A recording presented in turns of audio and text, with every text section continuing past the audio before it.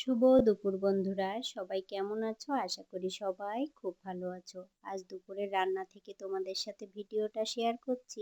ভেবেছিলাম শুরু থেকেই সবকিছু শেয়ার করব, কিন্তু রান্নাঘরে এসে দেখি ফোনে একদমই চার্জ নেই, সেজন্য আর সেটা হলো না। আগেই তো কোপ্তাগুলো ভেজে রেখেছি, আজ না একটু নতুনভাবেই কোপ্তা রান্না করব।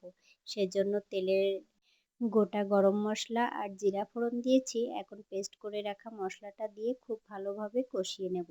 আর এই মশলার ভিতরে দিয়েছি কাজু বাদাম, কাঠবাদাম, জিরা, আদা আর দিয়েছি কয়েকটা কাঁচামরিচ। সবগুলো এখন খুব ভালো করে কষিয়ে নিচ্ছি। আর সাথে দিয়েছি কিন্তু 1 টেবিল চামচ মতো বেসন। এটা দিয়ে মশলাটা যত ভালো কষানো হবে, কোপ্তাটা খেতেও কিন্তু ততটাই মজা হবে।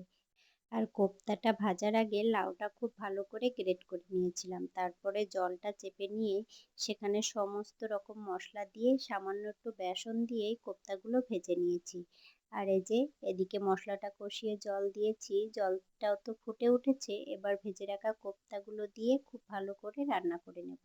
আর নামানোর আগে একটু গরম মশলা দিয়ে নামিয়ে নিলেই কিন্তু রেডি। এই কোপ্তা রান্না যারা খেয়েছো তারা তো জানো, আর যারা খাওনি তারা অবশ্যই একদিন রান্না করে দেখতে পারো। আর দেখো, আমার একটা কোপ্তাও কিন্তু ভেঙে যায়নি, খুব সুন্দর রয়েছে।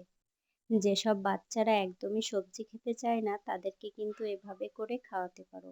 সত্যি কেউ বুঝতেই পারবে না যে এটা কি রান্না করেছো। আমার কর্তামশাইকে যখন দুপুরে খেতে দিয়েছি, সে তো বুঝতেই পারেনি যে কি রান্না করেছি। আমার কাছে আর মেয়ের কাছে বারবার জানতে চাচ্ছিল এটা কি রান্না করেছো। তারপরে যখন বলেছি, সে বলছে যে এভাবেও কি রান্না করা যায়। আজ প্রথম খেলাম, খুব ভালো লাগলো। সবাই ভালো থেকো, সাবধানে থেকো। টাটা।